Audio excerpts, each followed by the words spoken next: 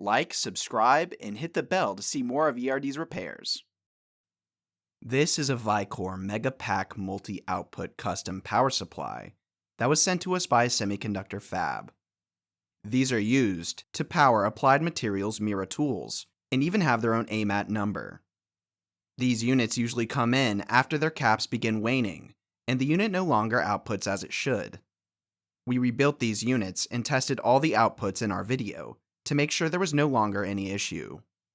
ERD has worked for the semiconductor industry for decades and is able to repair any electronics that may begin to fail.